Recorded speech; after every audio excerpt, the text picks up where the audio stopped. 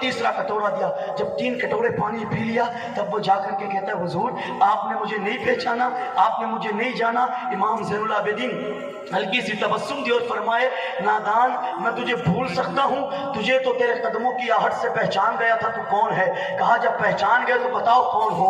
تو امام زین العابدین فرماتے سن تو ابن زیاد ہے, میں تجھے کیسے بھول سکتا ہوں, تو نے تو میرے خاندان کو قتل کروایا ہے, تو نے تو یزیدیوں کا پہرا بٹھا کر کے میرے بھائیوں پر, میرے چچا پر, میرے باپ پر پانی بند کیا ہے. تو وہ ابن زیاد کہتا ہے میں نے پانی بند کیا, پھر بھی آج مجھے آپ پانی دے رہے ہیں. امام زین العابدین کا جواب سنو اور اے اہل بیت کے خادموں, دیوانوں, عاشقوں, پروانوں, مستانوں مچل جاؤ. امام زین العابدین فرماتے سن کل ہم تیرے مہمان تھے, جو تیری پرورش تھی وہ تو نے کیا, آج تو آل محمد کا مہمان ہے, جو میرے خاندان کی روایت ہے وہ میں نے نبھائی ہے.